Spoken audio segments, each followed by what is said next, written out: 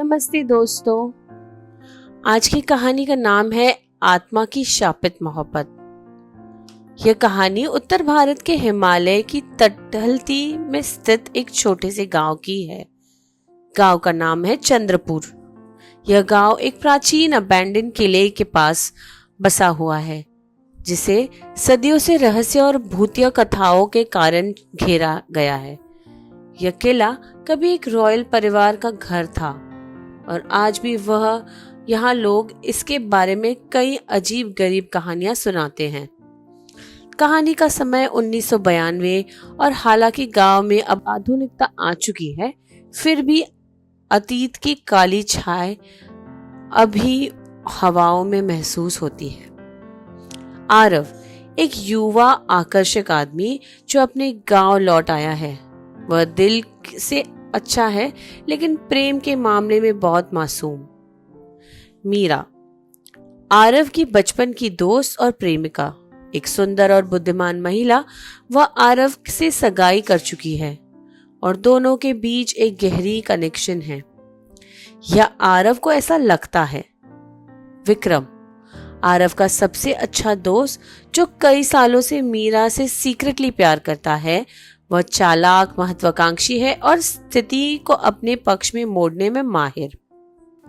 रानी देवी किले की एक भूतिया महिला रूप, जो कभी किले में रहने वाली एक राजकुमारी थी। वह एक ऐसे आदमी से प्रेम करती थी जिसने उसे धोखा दिया। उसकी शापित प्रेम कहानी ने किले को शापित कर दिया और उसकी आत्मा अब एक क्रोधित, बदला लेने वाली शक्ति बन चुकी है। इंस्पेक्टर राजन एक स्थानीय पुलिस अधिकारी, जो सुपरनैचुरल घटनाओं में विश्वास नहीं रखते, इसे किले से जुड़े अजीब घटनाओं की जांच करने के लिए बुलाया गया है। कहानी की शुरुआत आरव के गांव लौटने पर होती है। वह अपने बचपन की प्रेमिका मीरा से मिलने के लिए उत्साहित है और उसे प्रस्ताव देने की योजना बना रहा है। दोनों बचपन में एक दूसरे से बहुत करीब थे और उनकी दोस्ती मजबूत लगती थी, लेकिन चीजें अजीब मोड़ लेती हैं। अब आरव को पता चलता है कि विक्रम, उसका सबसे अच्छा दोस्त, उसके न रहने पर मीना से सीक्रेटली रिश्ते में है।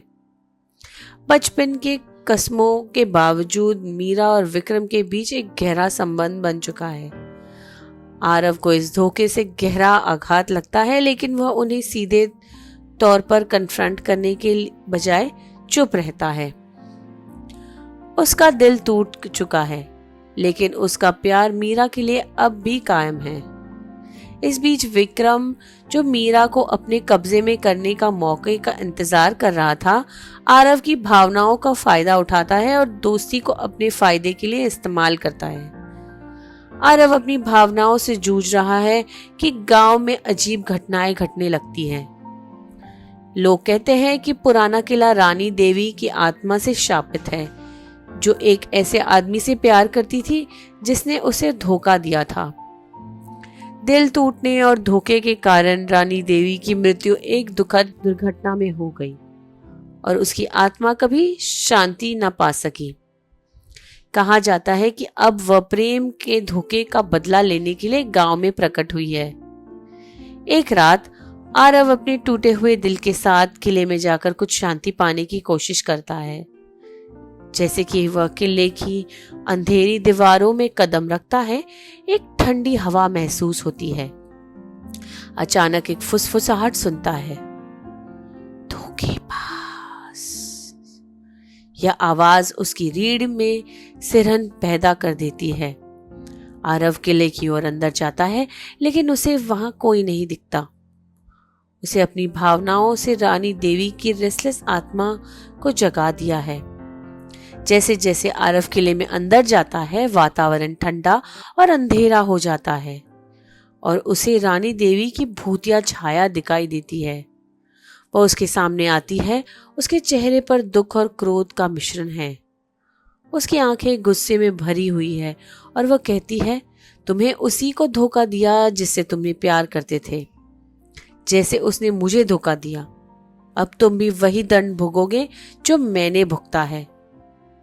आरव डर के मारे दया की याचना करता है, यह कहता है कि उसने मीरा को धोखा का कोई इरादा नहीं था, लेकिन रानी देवी की आत्मा उसे माफ करने के बजाय उसे घेर लेती है। वो बताती है कि उसकी आत्मा शापित है क्योंकि उसके प्रेमी ने उसे धोखा दिया है। तुम्हारा धोखा भी वैसे ही हुआ, वह गरजती है। और आरव जितना भी दुखी है, स्थिति की गंभीरता के सिप को पूरी तरह से नहीं समझ पाता। अगले दिन आरव मीना और विक्रम का सामना करता है और वह धोखे की गहरी सच्चाई का पता लगाता है। मीरा एक पल के से ईमानदार है। यह स्वीकार करती है कि वह आरव के लौटने से पहले ही विक्रम से प्यार करने लगी थी। उसने विक्रम से अपनी सगाई का वादा किया था, हालांकि कि उसने आरव को यह विश्वास दिलाया था कि वह दोनों के साथ होंगे। आरव का दिल टूट जाता है और वह समझता है कि न सिर्फ उसने प्यार में धोखा खाया है, बल्कि यह धोखा उसने अपने सबसे करीबी से मिला है। धोखे का बोझ सहन न कर पाने के कारण आरव फिर से किले अंधेरी दुनिया में भाग जाता है, लेकिन इस बार रानी देवी का शाप पूरी तरह से उसे घेर लेता है। रानी देवी की आत्मा उसे धोखे के दर्द को सबसे भयानक तरीके से महसूस कराना चाहती है। जैसे जैसे आरव किले में चलता है, वह रानी देवी को दुखद प्रेम कहानी को और सामने साकार होते हुए देख सकता है। उसके प्रेमी ने उसे धोखा दिया और वह दुख से गिर गई। इन दृश्यों में आरव देखता है कि रानी देवी का प्रेमी उसे धोखा देता है और वह दिल टूट के विलीन हो जाती है। जैसे जैसे ये दृश्य और स्पष्ट हो जाता है, आरव को एहसास होता है कि उसे रानी देवी के जैसे धोखे की सजा भुगतनी पड़ेगी। इंस्पेक्टर राजन, जो सुपरनैचुरल घटनाओं में विश्वास नहीं करता, किले में घट रही अजीब घटनाओं की जांच करता है।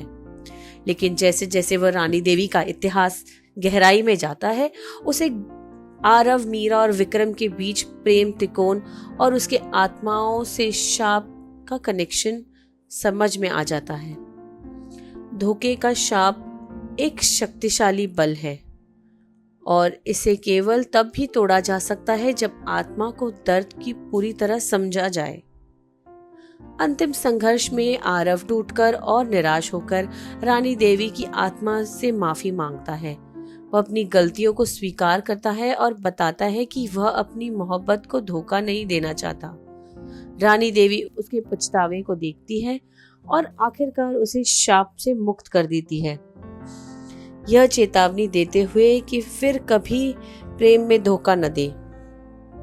अंत आरव किले को छोड़कर चला जाता है। वो पूरी तरह बदल चुका है। रानी देवी का शाप हट चुका है, लेकिन आरव जानता है कि उसे मीरा को खोने का दर्द हमेशा रहेगा। यह विक्रम और मीरा दोनों को माफ कर देता है और समझता है कि प्रेम की असली रूप अधिकार में नहीं, बल्कि समझ और सम्मान में है। गांव में रानी देवी की आत्मा कभी दिखाई नहीं देती, लेकिन उसकी कहानी धोखे की भयानक ताकत का प्रतीक बनती रहती है। आरव हालांकि आहत है, अब एक समझदार और दिल से ज्यादा सतर्क हो चुका है, प्रेम के मामले में भी। हमें आशा है आपको आज की कहानी पसंद आई हो। Please do like, share and subscribe. Thank you.